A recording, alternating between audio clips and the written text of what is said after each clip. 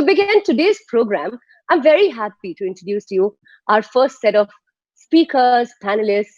Very, very happy to introduce to you a designer to shed light on his journey as a designer in entrepreneurship and design thinking. So happy to have over here with us Mr. Jimmy Mistry. He's the chairman and managing director of Della Group, and he's going to be in conversation with art and design stalwart Neelabh Kapoor, creative director and founder, Studio Neelabh LLC, Dubai. Neelabh happens to be a dear friend, does a lot of luxury weddings, stage architecture, and so much more. So these two art and design stalwarts is what I have for you today to begin the program, and they are going to talk about entrepreneurship and design thinking.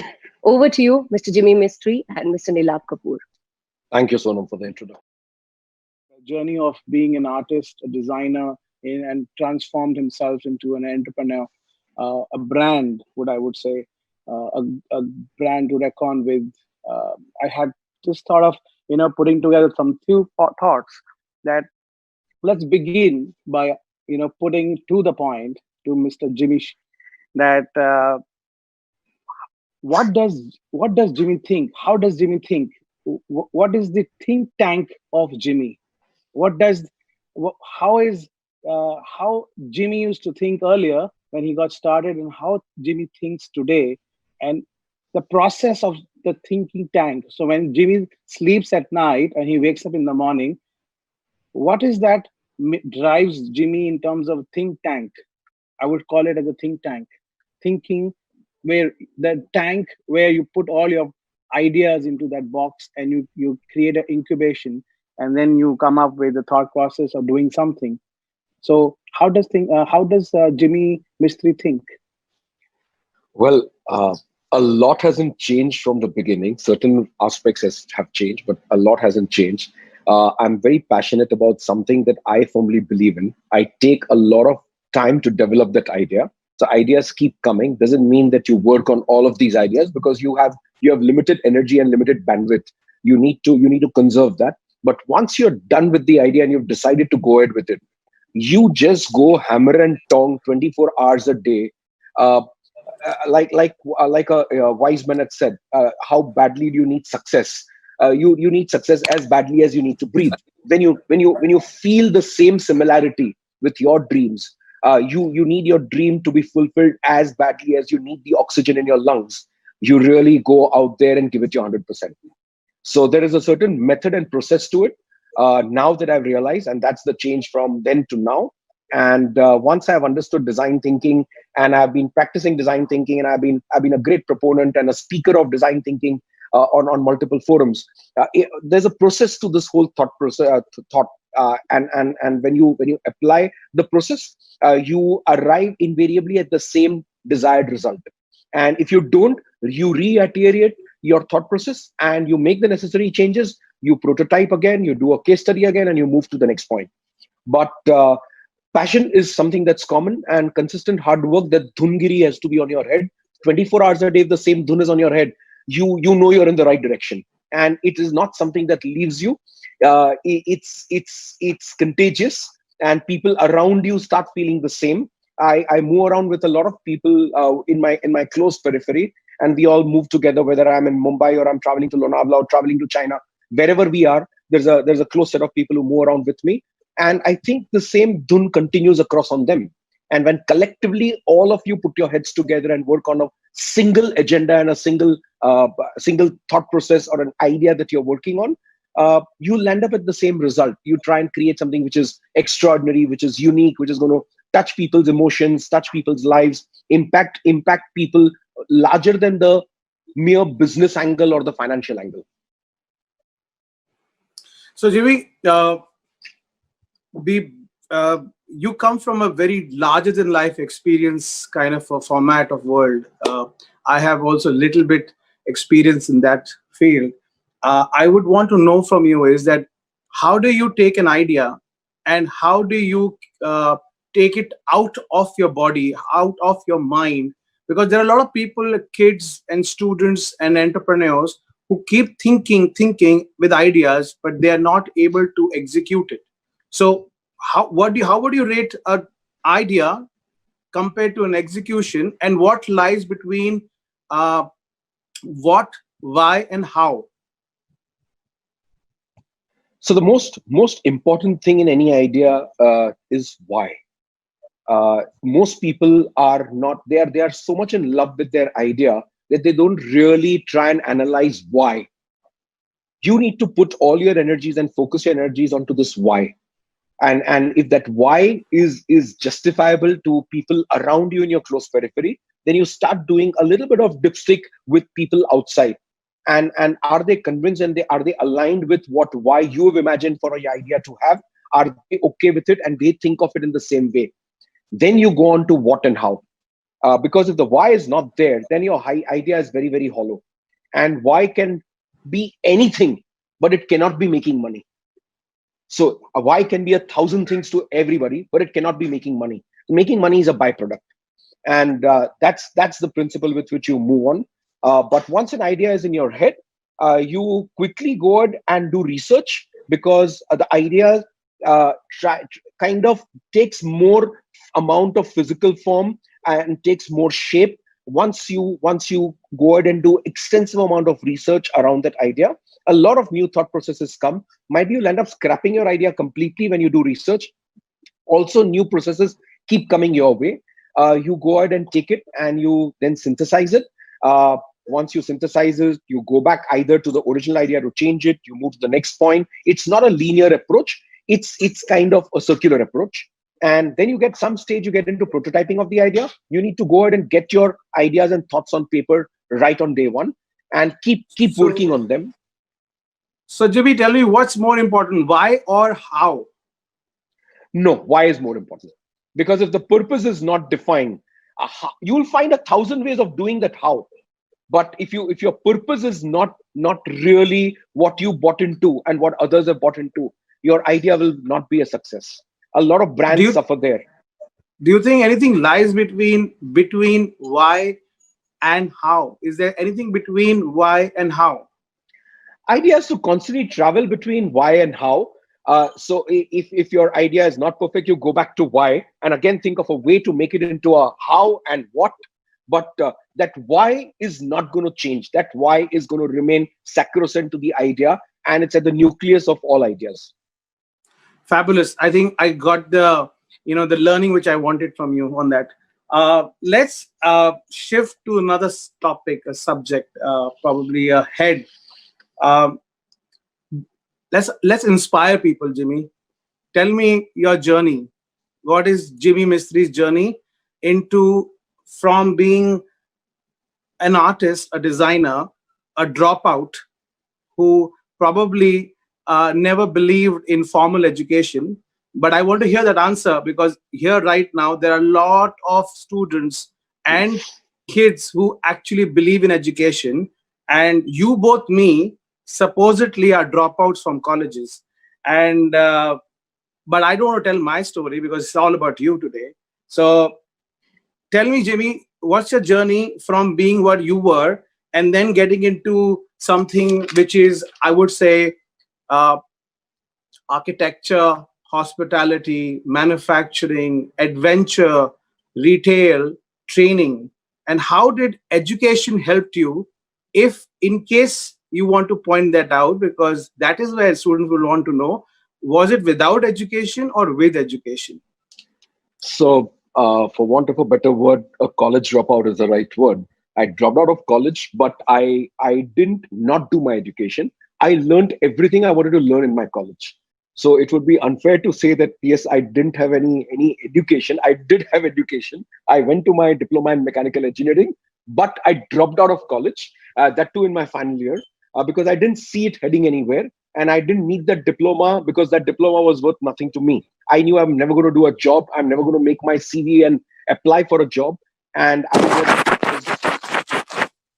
I was absolutely resolved to go ahead and start something on my own. Even though I came in from a middle-class Parsi family background, I had no money, nothing to start off on.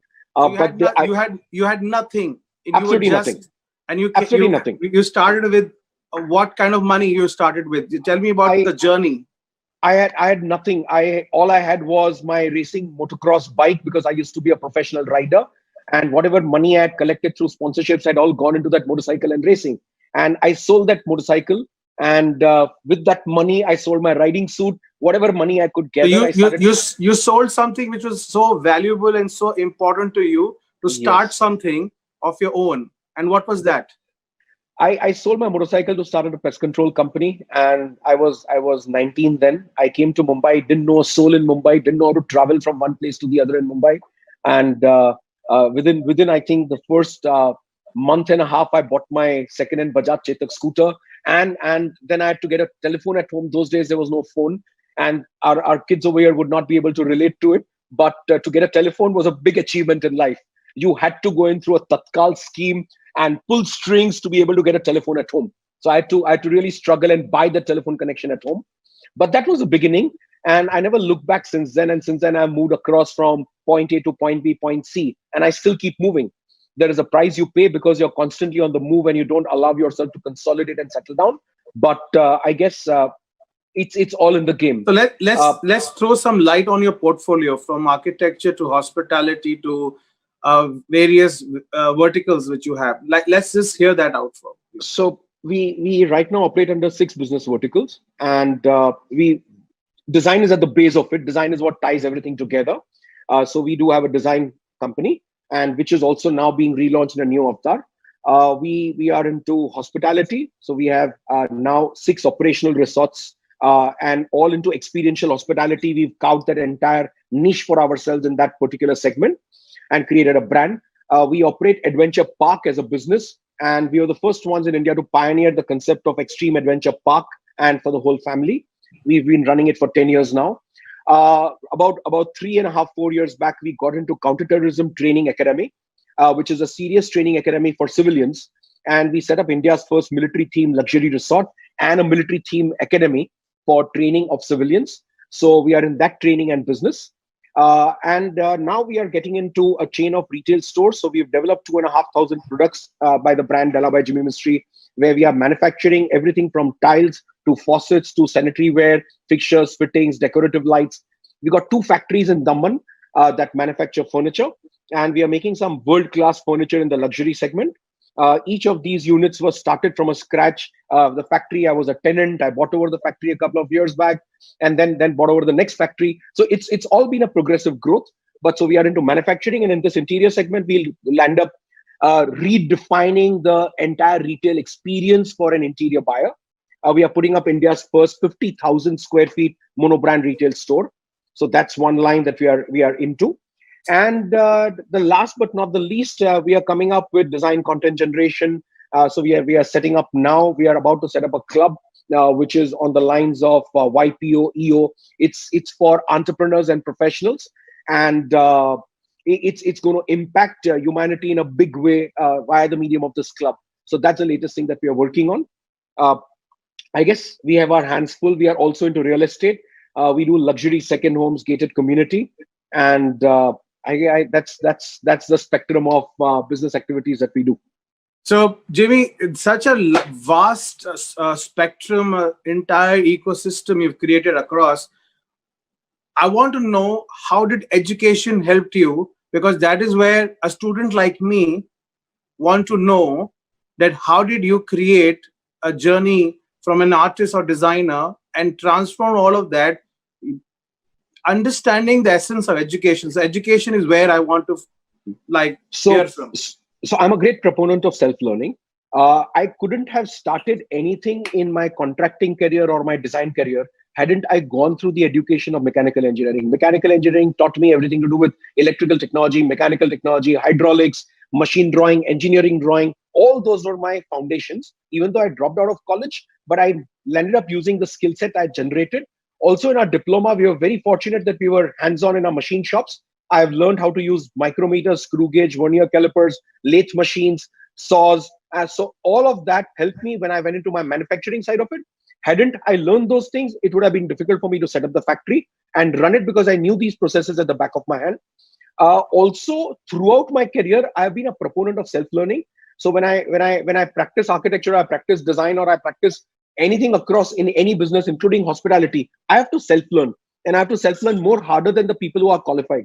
Because when they are qualified, they just have a degree. whereas I have to implement various businesses, various strategies, including management. I've been constantly learning management through the years, and anywhere I can, like a sponge, I would absorb any kind of knowledge coming my way. So these are the Jimmy, things that are very important. So Jimmy, for probably retail or specifically for architecture, did you do a course or any kind of learning for architecture, anything which you studied for retail or manufacturing? Anything would you like to point out in terms of a curriculum or an education per se, which probably was your which you thought, or probably you did the other way, you went through a lot of learning process without getting into a course? But I think course where is important. I'm sure you have done a lot of that because you come from engineering background. But student here would also want to know how important it is education to be an entrepreneur and to be a true artist, transform into a businessman. Online education, as much as you can get, it's a plethora of information available there. As much of information and knowledge you can get via the medium of education, it'll make your journey easier. You wouldn't have to struggle twice as hard as I've struggled if you keep learning constantly. And there are certain things that I wish I had done it about 10 years back. So for example, I would have done a program with Harvard Business School 10 years back. I wish I'd done it 10 years back. So there are programs that you need to keep appraising yourself constantly if you want to stay ahead of the curve. Even today, I'm going through non-stop learning, and be it in architecture, being inspired by somebody is one part, but getting into the depth of the learning is the second story. So I love to get into the depth of something and learn it. Be it architecture, or be it hospitality, or be it creating new brands, design thinking. I'm itching to someday go to Stanford School and learn design thinking. I've gone through a course with IDEO in design thinking. So I was one of the few students in India to do it. So you would say that life is all about learning. You have to keep learning and learning and learning. You have to. Yeah. Okay, Jimmy. So next point, we'll move faster on the subject. What do you think is the difference between? How would you point out difference between art and design? What would be a primary difference between design and art and design? So if art is getting inspired, you don't need the engineering skill set and the execution skill set that you need in design. So being inspired and ideating is good enough as far as art and artist is concerned. But when it gets to executing that inspiration, that's where design gets different from art, because you need the skill set to execute the vision that you made. So you need that skill set to execute the vision that you made, and hence you need to learn the art of execution. I would suggest to all the students to be art of execution is not about executing a project, but that's overall management skill set of how to execute an idea. That's important. I always follow, Jimmy, a philosophy of FFF, form follows function. Would you like to throw some light on that? FFF. See, form and functionality are two sides of the same coin, but they need to be balanced. You need to have both the faces to the coin, like how you can't have a coin with one face and blank on the other side. Form and functionality have to go hand in glove together. So if your designs are not functional, it doesn't matter how good the form is. And if the form is not good enough, your design will never be ergonomic, and your design will never be appealing across to the eyes of a human. So your form and functionality are interwoven together, and you need to decide. But I think everything falls into place. That's my belief system. As far as you have empathy in your thought process, in your ideas, the minute, even as an artist, even as a designer, even as an architect, the minute you have empathy and you design for others, for the well-being of others, and to uplift others, form and functionality fall into place. They become cohesive.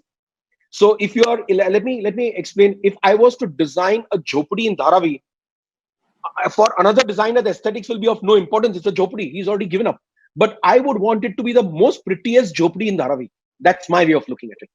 So it's not the budget, it's not the amount, it's just that my desire to create something extraordinary would be across board in any situation. That's what is differentiating. Fantastic.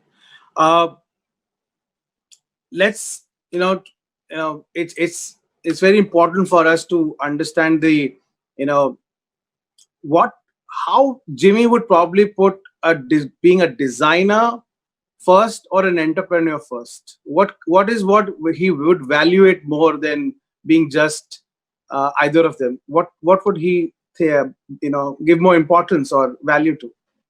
See, if you're in the business of design, then design without being an entrepreneur and marrying the two together would never happen. If you're a successful designer, you have to be a good entrepreneur to be able to sell your designs. And hence, being design and entrepreneurship together is what it is all about. You can't take one and leave the other. You can't be just an entrepreneur and not care for design, because then you're fake. And you can't be just designing without making it commercially viable. You have to marry the two together.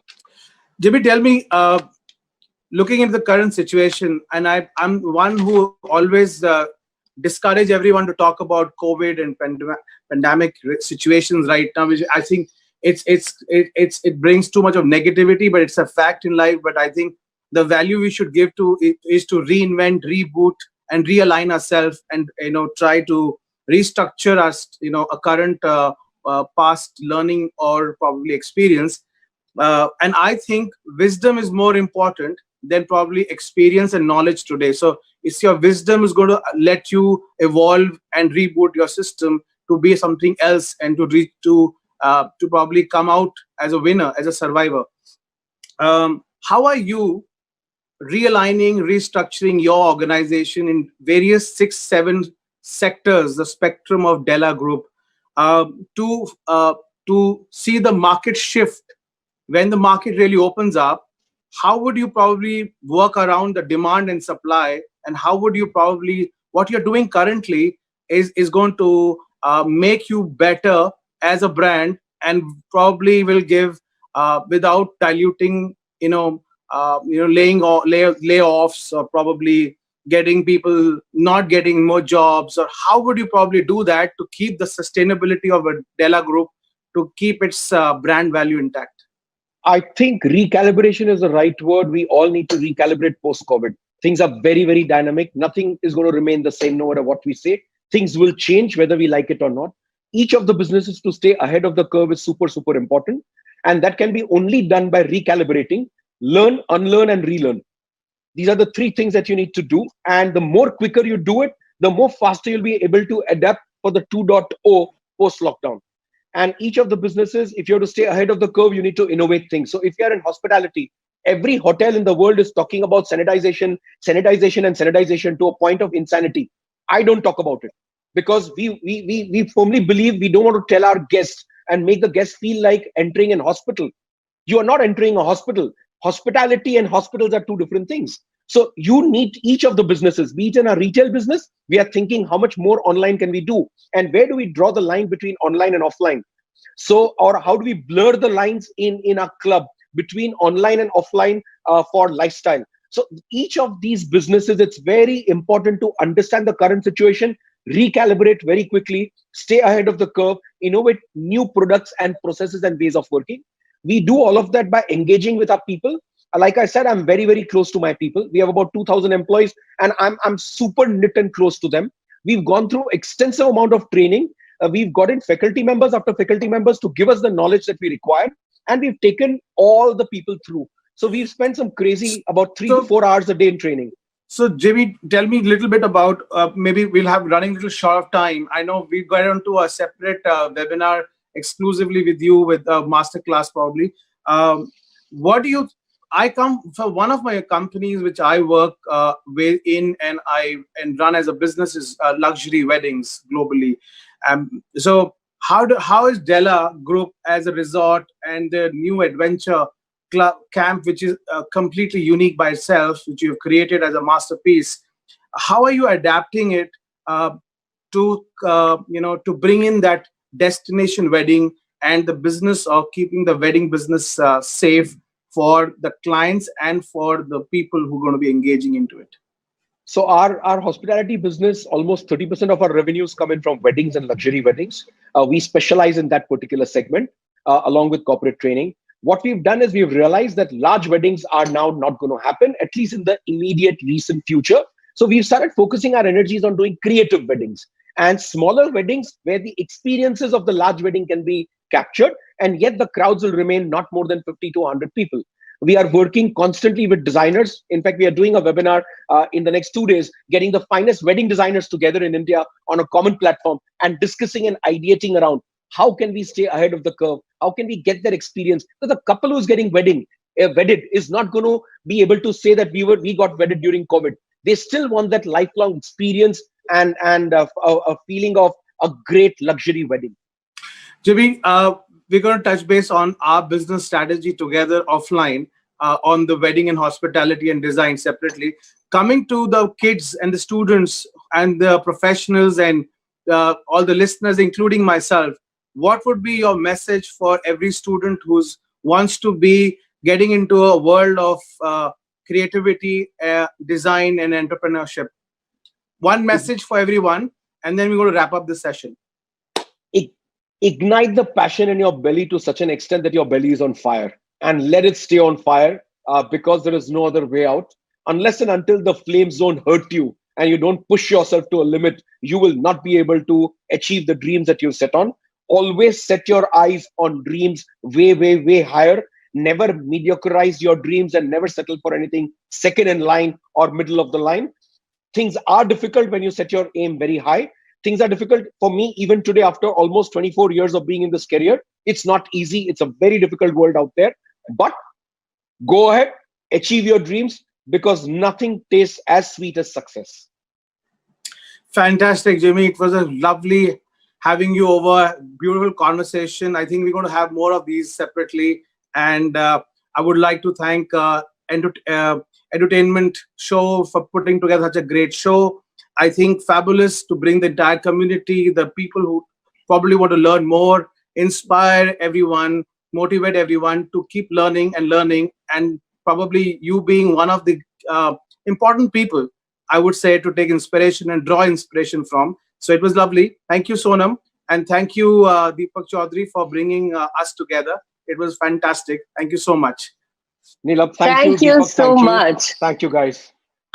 Thank you so much. That was with us. What an insightful session, guys. I was awake and listening and making my notes throughout the session. Thank you so much. That was Jimmy Mistry giving us some really cool insights on design and entrepreneurship. He says it's very important to marry the two of them. One without the other wouldn't work. He also says ignite the passion in your belly. I'm already feeling really motivated. Thank you, Jimmy. Thank you so much, Neelabh, for those well curated, finely curated questions. Thank you, Neelabh Kapoor, Jimmy Mistry, for that fun conversation, enlightening conversation.